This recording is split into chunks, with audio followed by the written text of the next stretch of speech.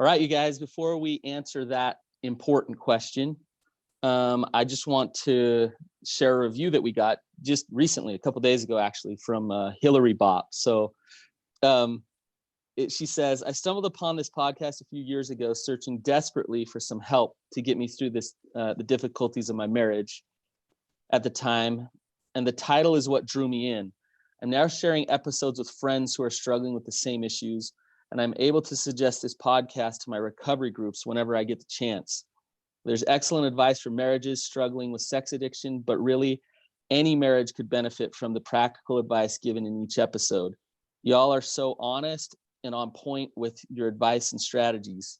I always feel more hopeful and less crazy after each episode. Thank you for dedicating your time and hearts to this podcast. It is such a great resource. So I love that. Thank you for listening and for sharing. Thanks for sharing it in your groups and everything. So we really appreciate that. Awesome. Okay, I am going to just remind you guys, we are recording remotely. So we are all in our homes, or in our, Brandon is in his office because of the coronavirus. We are doing our part. So the audio may sound a little different than normal, but hey, we're safe and we're sound. So we have a guest with us today that we're excited about, and I know you guys are going to be excited about. We have Dr. Robert Navarra, who is a licensed marriage and family therapist and a certified Gottman therapist and master trainer, as well as a master addiction counselor. He trains counselors and therapists around the world and has co-authored several book chapters and articles with Dr. John and Julie Gottman. He's created Roadmap for the Journey, which is a path for couples, a 2-day recovery from an addiction. It's been featured at the Hazleton Betty and has been given as treatment program, as well as in small semi-private workshops. Dr. Navarra maintains a private practice in San Carlos, California, and also teaches several graduate classes at Santa Clara University. We are so excited to have Bob here with us today and talk about a topic we really haven't talked much about here on the podcast. So, Bob, the question we asked, let's start with that. Can divorce be predicted? Yeah. So this is a really interesting question that one would think, individual behavior is kind of hard to predict. And so this idea of how can you predict sort of the direction a relationship takes, turns out that we know a lot about relationship behavior, so to speak, and that yes, there's a high degree of predictability associated with certain behaviors that are maintained over a period of time. So we know what predicts relationship distress or divorce, and we also know what predicts relationship stability. So that's the good news in all of this. That is good news. Could you tell us some of those behaviors or factors that really show us what's predictable or not? Oh, I'm sorry, that's confidential. Right. All right. All right. So anything else you want to ask? Yeah. So there's a number of components to this question, actually. The one that people are familiar with, the Gottman research. So this is research that's been going on for 45 plus years, still in an ongoing mode. The 4 destructive patterns of behavior that are sort of over and over again are referred to as the 4 horsemen of the apocalypse, which is a kind of this doomsday kind of title that goes along with basically the destruction of relationships if these negative patterns are maintained over a period of time. So given that none of us are perfect, progress, not perfection, right? It isn't that if you have evidence of this, that's necessarily a predictor, but if it's sustained over a period of time, then it's problematic. So the first 4 of the 4 horsemen is basically criticism. And this is this idea of blaming the partner, attacking. It's kind of evident in words or terms like you always, you never, and you're describing the person. You're not describing the behavior that you're upset with. So that's the first one, is criticism, where you're placing the blame into the personhood of your partner, is what it is. So the good news, and I'll say this along with all 4 horsemen, is that there's an antidote. So if you're upset with your partner and we haven't spent much time together, a good critical statement would be, you always are focused on your electronics or on work. You never want to spend time with me. So that would be a definite version of criticism.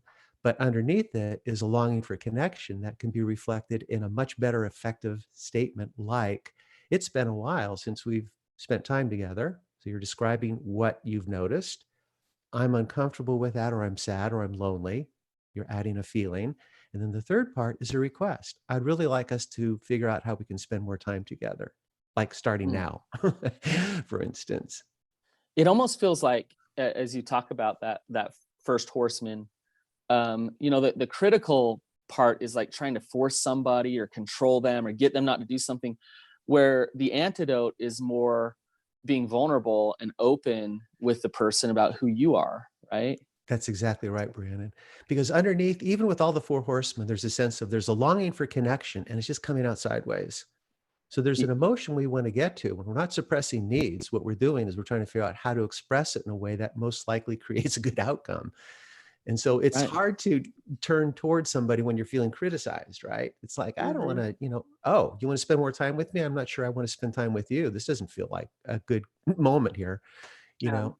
And what I learned as a therapist, long even before the Gottman training, and I've been doing this quite a while now, is when partners describe themselves and not their partner, then that's that vulnerability you're describing. That's the key.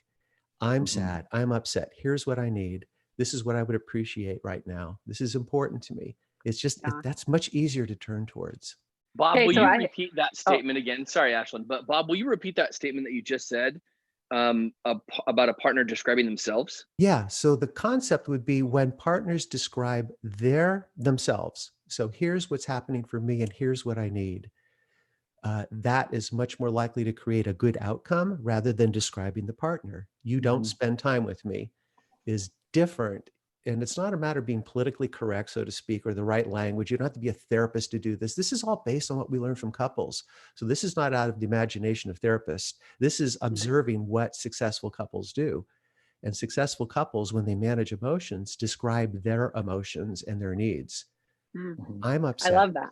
Yeah, it's really powerful, very powerful. So and go ahead. Yeah. My question is this, for me, I wasn't mindful enough or emotionally intelligent enough to even know what I was feeling besides mad for a long time. And so even that simple, describe how you're feeling versus how, it's so much easier to point fingers. So is that common, or am I crazy? Oh, no, no, that's very common. And there's a kind of a strategy. If you're not sure what you're feeling, you just feel a little off, you can't go wrong, really, for the most part, with saying, I'm upset. Yeah. That can catch a lot of emotions. And then you might be able to dig into that a little bit more about what you're upset. Maybe I'm upset because I'm lonely, or I'm scared, or I'm angry, and it's hard for me to identify that. So upset's kind of a good sort of generic term, emotional term that can almost meet anything that's not feeling positive. Or And Bob, can you describe the reason why this is so common for people's inability to understand that they're feeling emotions, or that they're upset? Why is that so common for people not to be in touch with that? What's that from? What's it about? Yeah, so I'm going to be specific, then I'm going to get global. So since I work so much with people in recovery, I learned this early on as a therapist, is that, the classic therapist question is, so how are you feeling about? What are you feeling about, right? And I would get these kind of like, I don't know. It's that thing, that Ashlynn just shared. It's not knowing. And so people who, have struggled with addictions or been impacted and experienced secondhand harm from somebody else's use of some kind, or behavioral problem of some kind, learn not to have feelings. And so they're feeling something, but they don't know what it is, and or don't have the kind of the model for how to address it. So from people in recovery, I'll say one more thing about that, and then I'll get global. I was talking with somebody who was early in recovery, and we were really processing this question. He goes, why am I having such a hard time? And so we explored some of the family of origin stuff and how we learned to suppress his feelings. And, oh, by the way, when you drink, you don't have to feel. So now that you're not drinking, you're learning to manage your emotions differently. and not numb them out. And at the end, he said something which I thought was very insightful. He said, well, you're kind of like a feelings doctor, right? And that's the concept. That's what recovery and so much about couple interaction is about, is getting into the emotional life of both partners. So there's that. Wow. Yeah. So it's not just about, I mean, we're kind of digging underneath. It's not just about not being critical. I mean, being critical is one of the four horsemen, Right. but in order to not be critical, especially as a recovering addict, you need to be able to practice some mindfulness and awareness to be able to check in with yourself as to what you're actually feeling. Right. So then you can communicate about you instead of attacking them. Right? That's it. You just nailed it, Brannon. And for the people, and for folks that have difficulty and challenge with saying, what am I feeling? I don't know.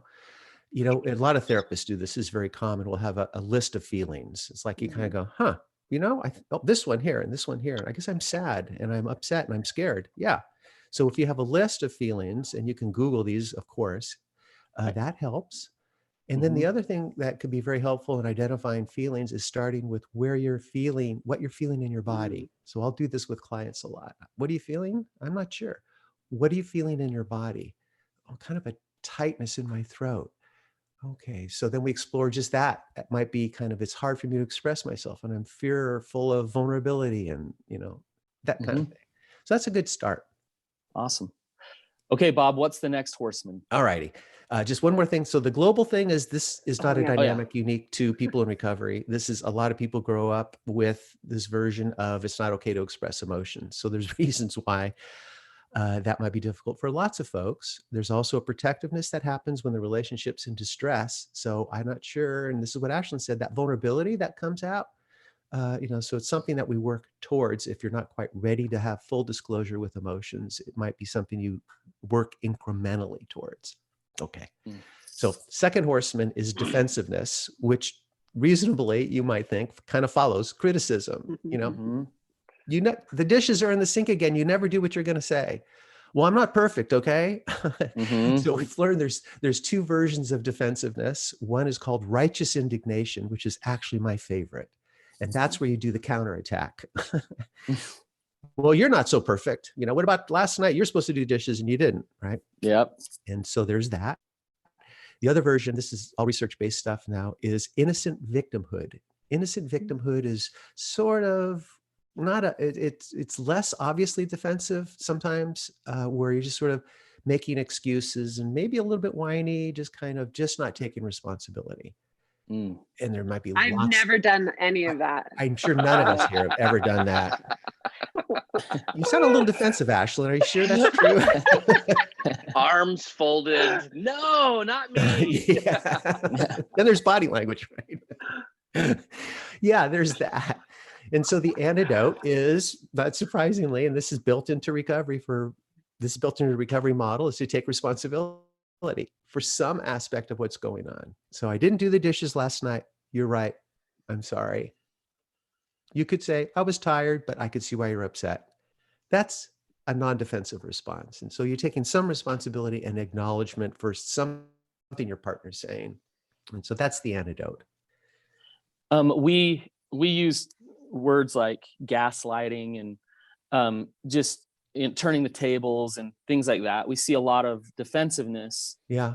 When somebody's struggling with addiction, there's a lot of shame. So there's a lot of disconnection. And what I hear you talking about, Bob, is, you know, when a partner throws out some kind of bid for connection, you know, like, hey, you didn't do the dishes, I'm frustrated. And it's like, well, you didn't do them last night. It's just that's just a clear indicator that I don't want to meet your bid. I don't. And maybe you could talk a little bit about bids for connection, what that means. Yeah, this is an important concept in the model. And to me, this is actually sort of the epicenter of the model and relates very directly to the concept of couples that are successful. So Gottman method and research, there's a lot of language that reflects core concepts, and this is one of them.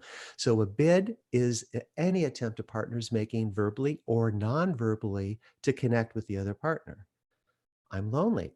I'd like to spend time talking with you. I'm scared about what's going on in the world right now in this COVID-19 thing. So there's a bid for something. There's low-level bids like, hey, how you doing? There's high-level bids that reflect there's a lot of emotional investment in me asking you something right now, like I'm scared. So how you respond is going to predict ultimately levels of trust and emotional connection. Mm. So the three possible responses with any bid are turning towards, which is the desired hope. I'm scared. Tell me what you're scared about. What are you worried about? So you're there and you're responding to the person's bid for support right now. What do you need? What would help? So that's good. And the concept is anytime there's a bid, there is and a response of turning towards by the partner, that puts money in the emotional bank account Mhm. is the term. So that creates positivity and it increases trust. The two responses that take money out of that emotional bank account and could work it into the red instead of the black are turning away, which is reflected in just not responding. I'm really scared about what's going on right now. Nothingness. Yeah, 'cause- Yeah. and it may be not necessarily a passive aggressive thing. It may be, I am too, and I can't deal with this. And so I'm Right. shutting down. So it isn't necessarily with malintent that people turn away. It might be lack of awareness. My partner's making a bid. And so there's that. And then the other more obvious negative response would be a negative response, a turning away response. I'm scared right now. I know, but all we ever talk about is this. Can we talk about something else? Would be a negative response. And that takes money out of the emotional bank account. So what we've learned, there's actually like 9 different levels in this model that are addressed, that are relationship builders or relationship destroyers. When you turn towards your partner in a consistent way, literally like 9 out of 10 times is 86. So the couples that are on a stable path, we learned from the research, turn towards their partner's bids literally 86% of the time. Partners that end up in a destructive relationship or not ending up together, turn towards their partners about 33% of the time. So it's not enough. And so that's a huge predictor of couples staying together or not. When the emotional bank is depleted for a long time, eventually the relationship's over. That's right. And and so what I'm hearing you say is that there is definitely things and skills and tools that you can do in order to put deposits into that bank. So if you're feeling hopeless, couples come into my office and what they want to do is play the victim and defend, and then they wonder why their relationship sucks. But they can actually shift a lot of things, and everything can change. So yes. One of the questions, I'm going to steal Coby's question. He wanted to ask you this, but okay. I want to ask you it right now, because what he was saying is, if you're in one of those relationships where there is like 33%, for a long time, you've had these same patterns of behavior and you're feeling spent. Can you turn the tide? Is it possible to shift and start to meet each other's bids for connection? I think when we begin to name what the actual issue is, as opposed to, attributing the relationship. So when relationships aren't going well, then there's this concept called negative sentiment override.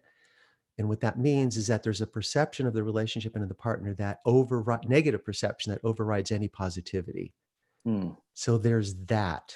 And when positive sentiment override, when there's sort of empathic failures, you could say, or, there's an inability to respond in a way that the partner wants, saying, well, you're having a bad day. So when partners begin to shift the language from "you never spend time with me" to "I feel lonely," then you're likely to have a better outcome and success.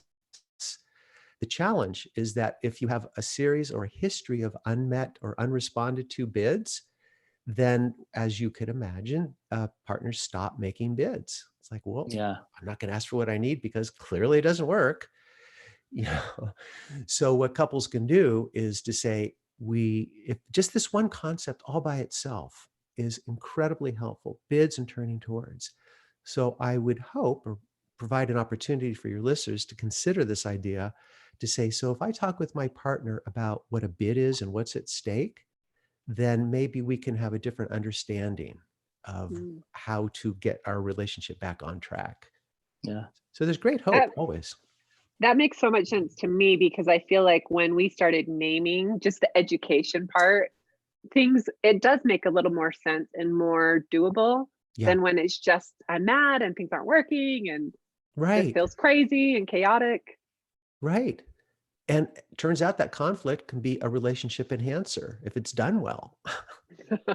So that's the thing that people go, hey, what was that? Well, something's not working. You know, how you manage the conflict is going to predict where this thing goes. So you're selfish is a criticism. That's not likely to lead to a good response from the person you're accusing of being, right? I'm lonely. I would really like us to spend more time together is much more likely to get a positive response. So what we talk about in this model is expressing a positive need. Here's what I need, not what I don't need. And so you're giving your partner basically a recipe, as we call it, for how to be successful.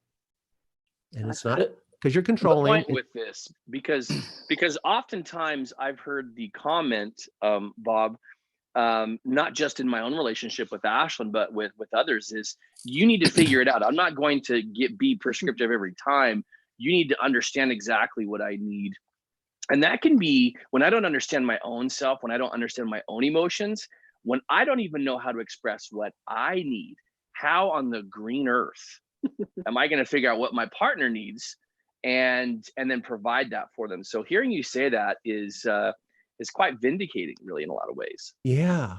Well, sometimes those needs emerge out of the conversation. I'm not sure what I need, but if you're willing to explore this with me, maybe I can figure this out. So there's that too. And there's also a huge difference. And this word gets a little tricky for some folks, but I think you've addressed it in your podcast, actually, the concept of interdependency versus codependency. So an interdependency, as in this framework, it's the ability to trust that it's okay in this relationship to express how I see things, how I feel, and what I need. Doesn't mean you're going to always respond with what I want, but if I could have a respectful reaction to what I want, then that's interdependency. And we need to have an interdependent relationship because that's what creates safety and intimacy, versus motivated by codependent, manipulative, scared behaviors. So I have a question, and Sure. this question's both for you, Bob, and for you, Ashlynn. When we talk about, and I'm kind of backing up a little bit, we talk about this negative sentiment override. The people that I work with, and I think a lot of people that listen to the podcast, they have a lot of negative sentiment. They've been cheated on multiple times. The relationship is a source of immense pain, and bids haven't been met. Defensiveness has been there. And so a lot of the people who I work with who are betrayed, they want to be married. They want a healthy relationship. Even when their partner starts to hear them and meet their bids, they almost don't want to have that trust be rebuilt because they're scared that they're going to have to engage again in that relationship and get hurt again. So where do you start with that? Okay. I have a response. You want to say something first, Ashlynn? No, go ahead. Okay. Okay. So what we've learned, and actually there's I think the very first longitudinal study on affair recovery that's currently going on with the Gottman Institute. I'm one of the therapists involved in this model. And the first step in therapy when there's been an affair or a betrayal is really what is this phase called atonement. And atonement means helping the couple have the dialogue about the pain that was caused by this betrayal, but in a non-blaming way. So if I were with a couple and the betrayed partner is expressing, you didn't care about me and the kids, then I would redirect that and say, so put that in context of your emotions. I didn't feel cared for, or I don't feel cared for when. And so the partner is describing their emotions and not their partner. And so that's key to be able to begin to identify the trauma. And then in my Roadmap for the Journey workshop on day 2, it's a 2-day thing for couples in recovery. We process trauma. in the same way of taking a trauma from an addictive moment that, picking a moment or an episode in which partners then say, here's how that behavior, when you were intoxicated at our son's 5th birthday party, I felt these things. And then actually have the partners who are listening ask more questions. How do you think this impacted Yes. us? How do you think this impacted the children? So there's a series of 10 questions I have partners process. And the thing about that is that I assume both partners have been traumatized. So the person with the addictive disorder can express sorrow they feel over an episode. So having done this model in a number of venues now, it's like I can see the power of the person with the addiction saying, here's how I've been traumatized by this thing called addiction. And their listening partner, the non-addicted partner, is often shocked, going, because it doesn't occur to them that, oh, you've been Totally. traumatized too. Oh, not just me. Yes. Yeah. That was like a big shift for me, even just understanding they were two separate things. Coby and his addiction, but also the way he felt was very similar to how I felt. And that shocked me. I will say this, giving some words, like you giving me some words to how I felt. I feel like Coby used to always say, you're so negative. And I really was. And I think it was that I just had that like screen over my life that everything was just negative and hard and icky. And now I think just having that, having eyes to see and not being blind and saying everything's great, but really saying, hey, I can reframe this and kind of make it fit into my world, I guess. Not, that sounds crazy. I'm not saying how do I phrase that better? But I do live a better and more positive life, even when things are rough with Coby and I, because we do know how to navigate and use the tools rather than just me shut down and say, it's so bad, it's so hard, and I don't see anything that's positive in our relationship, which is how I used to be. Right.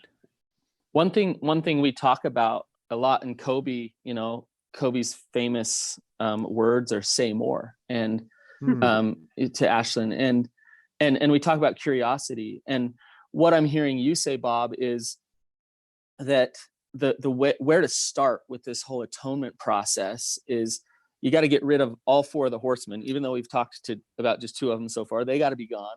Right. And the partner, the betrayer, gets curious and they start to hold some space for that pain, and they actually meet the bit of connection in that pain with that partner, and that's where the process of healing starts to take place. Boy, you just captured that beautifully, Brannon, because what we've learned from the research is that what builds trust faster than anything in a relationship is this concept of emotional atonement. Not atonement, attunement. Sorry, emotional attunement. And emotional attunement means each partner's willingness and ability to listen to their partner's negative emotions. You cannot build trust faster than that. Tell me how this behavior hurt you. I'm willing to listen to it. It's really hard. And as long as we're not into shame and blame, but just this is how the impact of this thing on me. And if partners are willing to listen to this, we know from the research that relationship is much more likely to survive if you can talk about the pain from the betrayal, whether it's addiction and or infidelity, other betrayals as well. Right. So that's crucial. Awesome. Okay, we got to get to all 4 horsemen. So what's number 3? Okay, number 3 is the biggest predictor of the 4, and it's contempt. And contempt is sometimes described as criticism on steroids. What that means is it's stepping up. Not only is there a negative interaction directed at the partner, but it comes from a place of superiority. So blatant forms of superiority would be mocking behavior, sarcasm.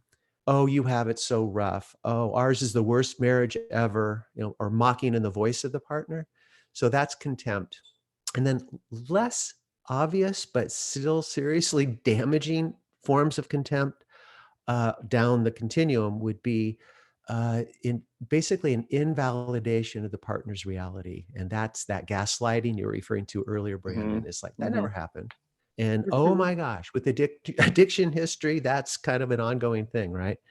That Right. didn't happen. You're overreacting. I'm not like your alcoholic father, all that kind of basically dismissing the person's emotions and reality. So the antidote for that is to say, well, underneath all the four horsemen, including contempt, is a longing for something, a connection. So this idea of expressing needs and feelings is the antidote. And what's really interesting about contempt is that for partners that really struggle with contemptuous behavior and put downs and name calling and belligerent kind of behavior, that's obviously contemptuous. It kind of defaults in my mind oftentimes, and then until you rule it out, that's probably a voice that person has heard themselves. So they've internalized and locked in this pattern that is old, probably growing up, or another maybe relationships, but family history. And now it's being projected on my partner because that's the only mode I know to operate in. So their pain. You're making my skin crawl. Like, ugh, I've felt that so much in my office, and in a marriage, you can just see how destructive that is. Yeah. Is there a magic way for a partner who's feeling this contempt from their partner to have boundaries and communicate how much, like how to get them not to be contemptuous, but to actually communicate, but to be boundaried with that contempt? Yeah. So in the training we do with therapists wanting to learn this Gottman model, we say, do not allow any contempt, any expression of contempt. So you stop it. And so with the therapy, you just stop it. Let me stop you right now. And then you're moving into contempt, which means you're putting your partner down. We've learned from the research that that's destructive and highly predictive of, bad outcomes for relationships. So what's underneath this? What are your needs? So what a partner can do without a therapist in the room, which takes a lot to do this, because if you're feeling attacked, that boundary absolutely should be up, like, whoa, I'm feeling attacked right now, and that's not okay. And so the partner who's being contemptuous might be flooded and overwhelmed and not able to respond otherwise. So in which case, what I'd say is, let's just take a break, just to stop this interaction right now, and then get back to what's going on for you right now. So that would be a good time for a timeout. That's a great time for a timeout. Yeah. And we've learned from the research that couples that learn to do timeouts like that do much better than couples that don't. Yeah. So Bob, on that note, here's my question is, when a couple is outside of the therapist's office and they're by themselves in whatever environment they're in, what's the best way for the partner who is on the receiving end of this kind of contempt to say, this isn't okay, and we need to take a break or time out or whatever the case is? Yeah, this is sort of the 3-component formula. I'm feeling attacked right now. I really need to have that stop, or we need to take a break. Mm-hmm. Okay. Or I need to take a break. So can you just repeat those real quick? Because that was really good. I'm feeling attacked right now, and that's not okay. I need for us to stop and revisit this when we're both calm enough, would be one version. Or I need to have you tell me this differently. What is it you want? What are you feeling? And that hopefully could work. If the person is not able to respond with, all right, sorry, yeah, you're right. I guess I'm just angry that, we didn't go on our date night like we had been planning for weeks. They might, if they can't do that because they might not be able to have the emotional sort of stop mechanism, then the best option absolutely is to take a break until this actually leads to the fourth horseman of stonewalling. And stonewalling, so I'll just move right into it, is when the person feels overwhelmed, when that limbic system fires up, and Gottman calls it diffuse physiologic arousal, which is a complicated way of simply saying my brain is on alert. That midbrain, lizard brain, some people call it, is now firing up stress hormones, and blood flows going from my limbs to my trunk in case of hemorrhaging, and all this stuff is going, adrenaline's being fired up, my blood pressure is going on, so all this stuff is going on in the brain, and I can't respond. So stonewalling looks like this. Nothing. verbally, nothingness. So when your heart rate, this is the statistical component of this, is over 100, typically for most people on a bell curve, if the heart rate's over 100, then probably you're flooded. You might very well be flooded, which means I can't think, I can't process, I can't access problem solving, my humor's gone, I can't do it. I just shut down. So that's the shutdown version of being overwhelmed. Criticism and contempt is the activated acting out version of the same process. So Can I'm you describe? Oh, go ahead, Coby. Sorry. Okay, so just a real quick question is can you describe the effect that the contrasting effects between contempt and stonewalling on the partner who's on the receiving end of those things? Yeah, so it feels different because the partner who's at the receiving end of contempt, by the way, statistically has higher rates of infectious diseases. So recipients of contempt, we can predict that they'll have higher rates of infectious diseases in the next 3 years if it continues.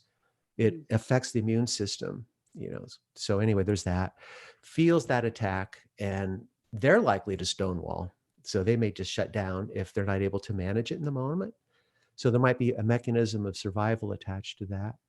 When the partner is experiencing their partner stonewalling, which means they're shut down, it looks like they're disinterested. The partner's, why are you? So I've had a couple, well, this is typical. So this is a prototypical couple who struggles with stonewalling. So one partner is feeling attacked, they shut down. And in heterosexual relationships, it tends to be men. So 85% of the stonewallers in heterosexual relationships are men. But the same holds true for lesbian relationships. By the way, there are female stonewallers. So there's that process, that dynamic.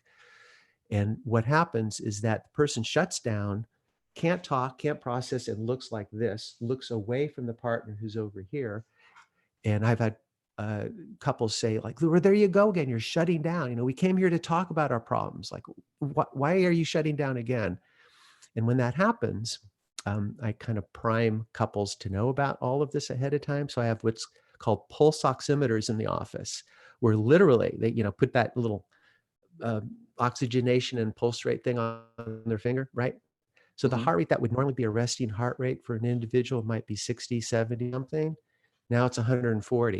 And they go, oh, this is what's going on. And so this is why we need to stop this conversation and re-engage when both of us are calm enough to have a better conversation. And we know from the research that works really, really well.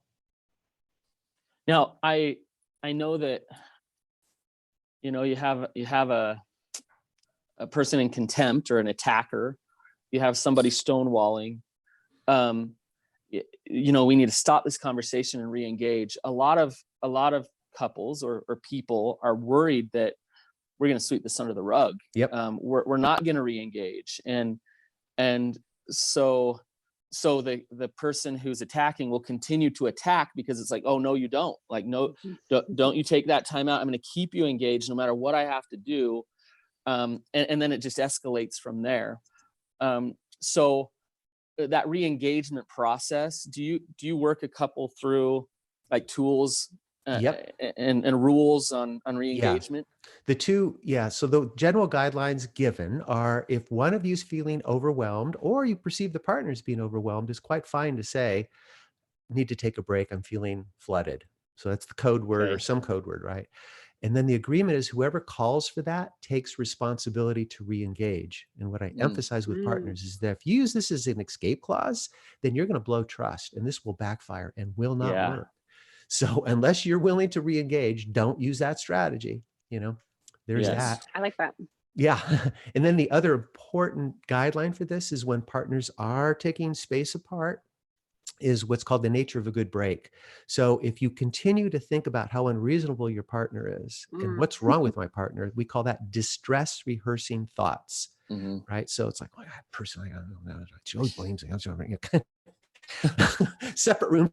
It doesn't matter. That activation is still going to be active in the brain, right? Right. It's still going to be running. So the goal is to think of anything but your partner and how unreasonable your partner is.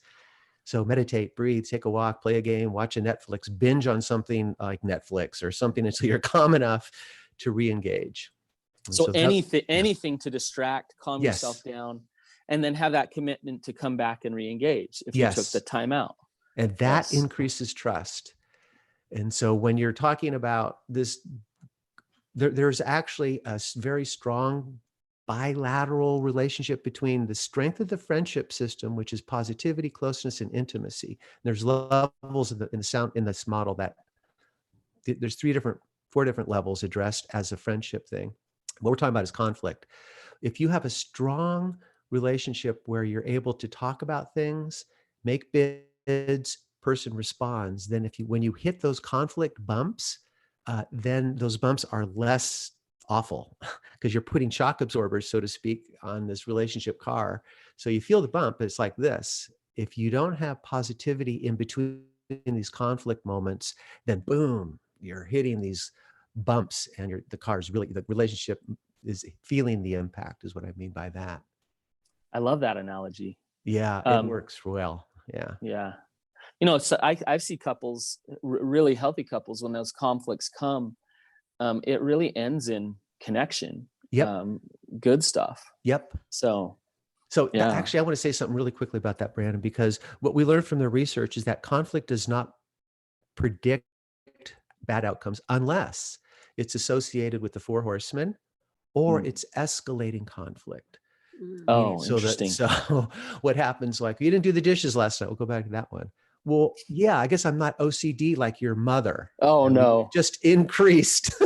The 10-pound cannonball went to 20-pound cannonball, we'll say, and then it fires back. Well, what about your father? Like, he's really reliable, right? You're just like, so just escalating conflict is a bad sign. What is typical in the couple you're describing is, you didn't do the dishes last night. I know, I was tired. You said you were going to do it. I know, I said I was tired. Okay, I'll do it next time. Okay, fine. And that's it. Right. It doesn't go anywhere. So negativity brings negativity, and that's normal. But when it escalates or goes up in coordination with one of the 4 horsemen, then it's problematic. Right. Yeah. Interesting. Okay, so I have a question. Sure. I get this question a lot, and it's, how do I know when it's time to get divorced? And of course, I don't know the answer to that because I don't even know most of these people who are reaching out. But I think that's like this question that people are like, how am I going to know? And my therapist won't tell me, and who's going to tell me? Yeah. So there's a couple of ways to answer that question. One is that we know that 69% of the problems all couples have fall into this perpetual problem category due to differences in who we are as individuals. Some people are more timely than their partner, I should say. Some people are neater than the partner. So there's differences and they're irritating, but they're not deal breakers. Then there's deal breakers. So if those differences lead to a great amount of distress and I can't live with these differences, then that would be one version of why I can't stay in this relationship. Okay. So there's that.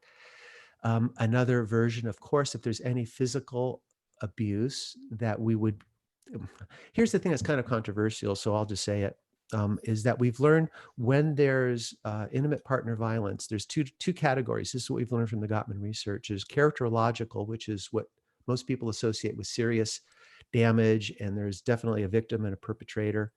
So there's a dynamic of seriousness associated with it. But we also know that there's situational violence, that is it's never okay to have a violent episode, right? So I'm not endorsing it, but it's more common than we think. So there might be some grabbing too tight or something where it's either partner, there's no victim, it's not fear-based, it's just a bad reaction to. So differentiating between those two things, if there's any physical, serious, verbal assault, then clearly this is not a safe relationship to be in. And there's kind of a litmus test for sort of a generic response to this question. It would be, I'll ask partners, so I realize there's issues and challenges that you're experiencing in this relationship, but let's also focus on what is working. And so I'd like you to pick, there's actually an exercise, there's a list of positive adjectives. So pick, 3 to 5 adjectives of something you appreciate in your partner, give an example of that and what it means to you. And partners that can't do that because there's a lot of contempt, It's like contempt's that big predictor. So, maybe they need to work towards eventually getting that. But if there's this stuck place of lack of positivity and acknowledgement towards the partner, then that's not a good sign either, unless it can be remediated some way.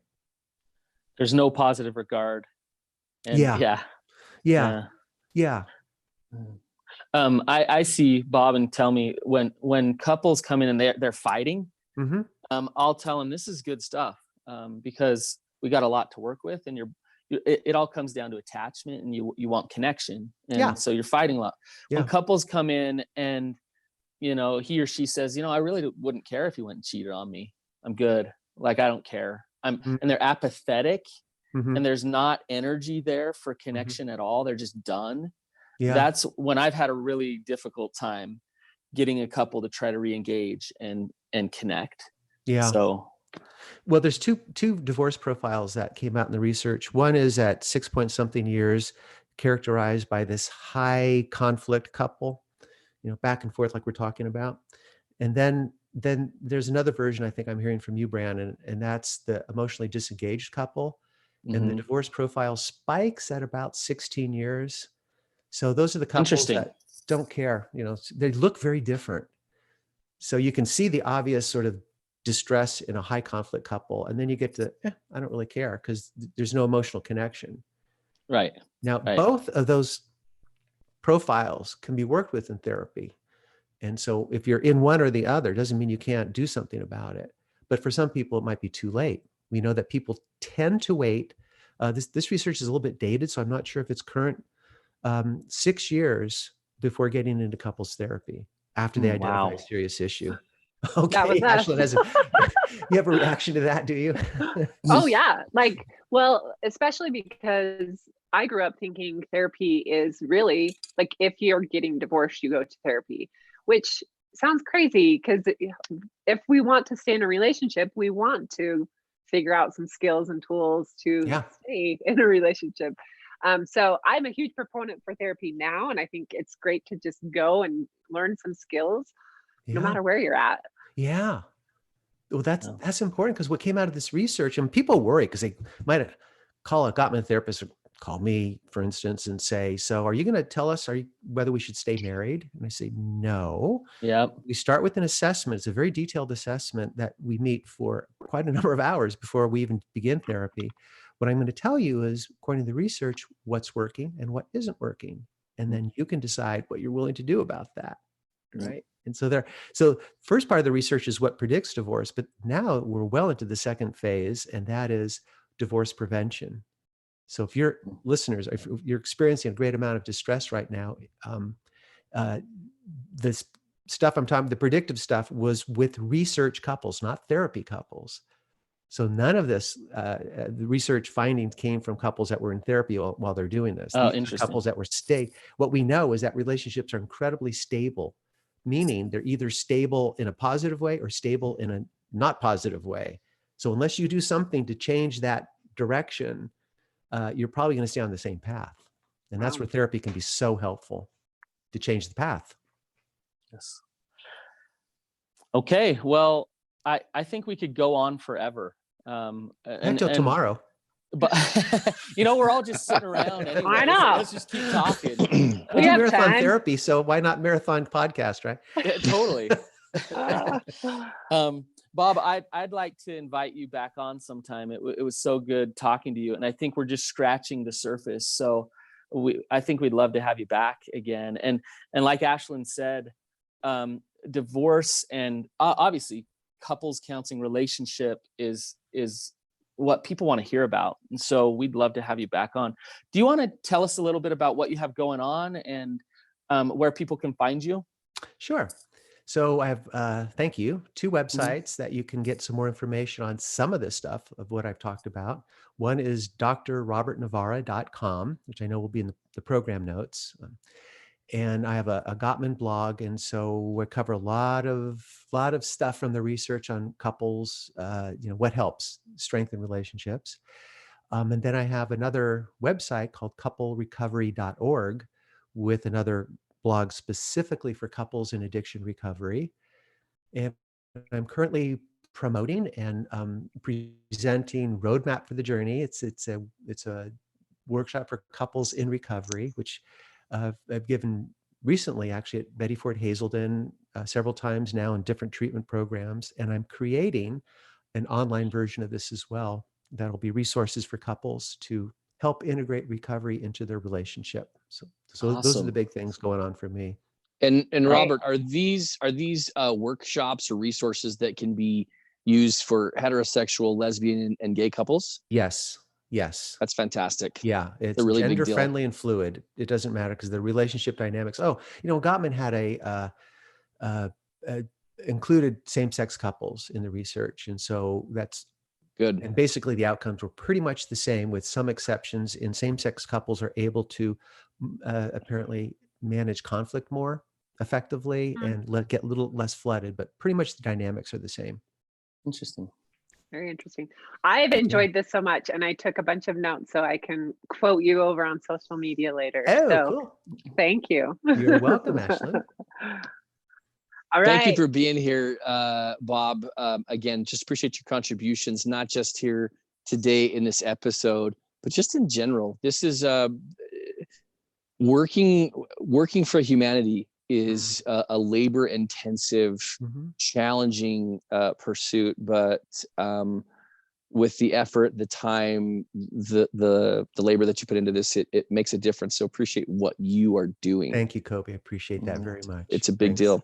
Guys, thanks for being here. And again, if you've heard something that's resonated with you, that you've enjoyed, please share this episode, because there are people who are struggling, who are in the deep throes of, do I stay married? Do I not? Who are unaware of the 4 horsemen we talked about. This could help them move forward either way to whatever outcome is best for them. And definitely want to be able to have you do that. And if you haven't yet, please also jump over, rate and review the podcast. That always helps people find this resource. So thanks for being here, you guys. We are grateful for you being here today. All right. See you guys. Bye-bye. bye.